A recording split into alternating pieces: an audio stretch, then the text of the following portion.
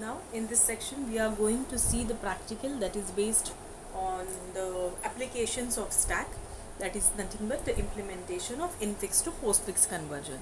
Infix expression is nothing but whenever we are having the operator which is present in between the operands, that is nothing but our normal expression, that is called as infix, and in postfix the operator is at the end, means it will be after the operands, then that is called as the postfix expression.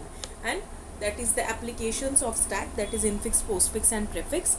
So we are going to see the implementation of infix to postfix conversion.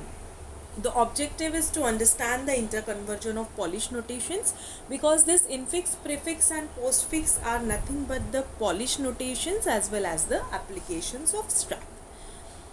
So we are going to demonstrate the use of stack in the conversion of infix expression to postfix expression. As I said that it is application of stack, so the conversion is done by using stack only.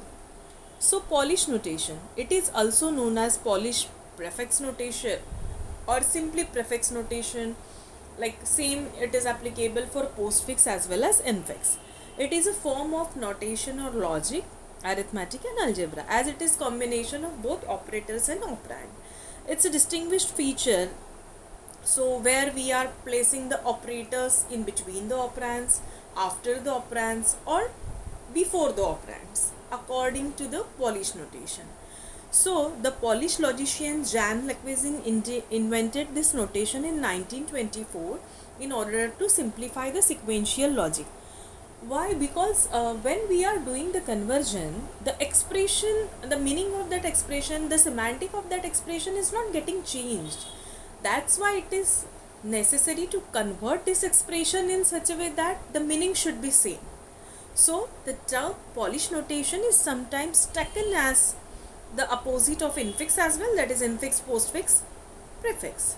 So the reverse Polish notation is a mathematical notation in which every operator follows all the operands, like that is nothing but the postfix, and that was also invented in 1920s. The reverse Polish scheme was proposed in 1954 by Burks, Warren and Wright, and was independently reinvented by Bohr and Dijkstra in 1960s, and that too by utilizing the stack. So the algorithm and notation for this scheme was extended by the philosopher, that is the Australian philosopher and computer scientist Charles Hamlin in the mid 1950s. This is nothing but the background of infix, postfix, prefix, which we all should know. So take the example we have already studied in the theory part. So a plus b into c minus d, a, b, c, d are nothing but the operands and operators are present.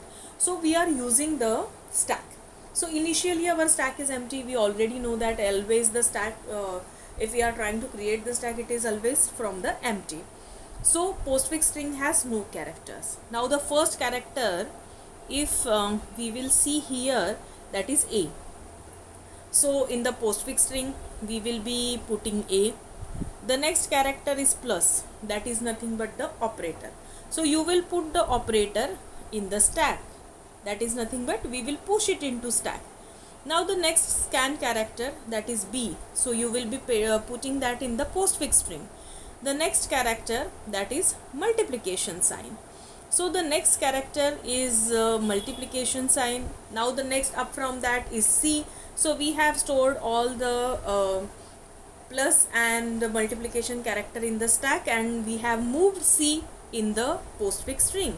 Now the next character, that is this word we can say, that is the subtraction operator. So the topmost character in the stack is multiplication, and it is having the highest priority than the subtraction operator. So we will be popping the multiplication operator. Now even we are having the addition operator which is having the equal priority of subtraction, and we can't put the same priority operators in the stack, so we have popped that also. So the stack contains now the subtraction operator, and the postfix contains ABC into plus. Now the next character is D, so we are directly adding that into the particular postfix string. Now all characters have already scanned, so we will be popping the remaining element in the stack, that is nothing but the minus, that is the subtraction. So the postfix becomes ABC into plus D minus. So that is nothing but infix to postfix, where we are scanning infix from left to right. We are first initializing the empty stack. If the scanned operator is operand, we are adding it into postfix string. If the scan operator is an operator and stack is empty, we will push the operator into stack. If the scanned operator character is an operator, so we will compare the precedence of the scan character with the element of top of the stack. If top of the stack is having, that is nothing but top stack is having higher or equal precedence, then we have to pop it from stack and move it to the postfix string. Then only we can push that scan character into stack, and this we have to repeat till all the characters are scanned. So this is mainly infix to postfix, where we will be now implementing the program, so that suppose we are having particular expression and then we can have the output in such a way that the expressions will be in the form of infix to postfix, but the meaning won't be changed. So now we will see the program. So we are starting. This is infix to postfix program. So see over here, the initialization of library files we have done. We have taken the size of 100. Now first, as we are going to deal with the stack, so we have initialized that. Initially top is equal to -1, that initialization of top of stack we have done. Then push pop, both the operations we have to define. Then if your stack will be empty, if it will be full, that operations we have to define. Then we have to check the precedence of character, that we have to check. So we have initialized all these particular operations. Now we will be using that. Now is full void, that means you are going to check the stack of the size, if your stack is full or not. So top plus 1 is equal to size, we will check. If it is full, then it will return the value, and if it is not full, then it will return the stack is not full. Same, we will be checking it for stack empty as well. Now we will be pushing the character, that is insertion of characters. When we are inserting the character, pushing the character, the top always gets incremented. The same funda of stack program we are using, and the stack top is denoted.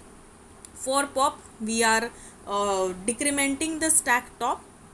Now as we are using infixed and postfix, we are using this particular infixed and postfix characters, and we have initialized that. Now we are pushing hash as also, because we have to stop somewhere. Now printf is for entering the infix expression, scanf is for scanning that particular expression, %s we have taken because we are dealing with the characters.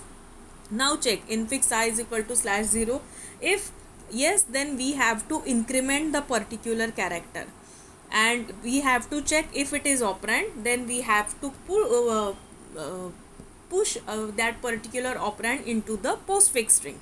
If it is not the operand and if it is the parenthesis, we have to push that parenthesis into the stack. If it is the closing parenthesis, we have to check it, and we have to pop the operators that are present in the stack. We have to check the precedence, that's why it is given here, if precedence and then stack top. So we will check the precedence of the operator with the stack top. If the incoming character is having low priority, we will be doing the popping. Then postfix, that is nothing but we are printing the postfix expression. Then here we have initialized and defined a number of operators that we will have in our expression, that is addition, multiplication, division and subtraction. Then the priority has been set, because the priorities we have already seen when we have seen infix to postfix in theory. So accordingly we are setting the particular priorities. Now we will be running this particular program. So now I am entering the expression a plus b into C, and now I should get the postfix. See here, and now I am getting the output as A, B, C into plus. So this is how we have done infix to postfix, that we have given the expression where the operators are present in between the operands, and we are getting the output where the operators are after the operands. Thank you.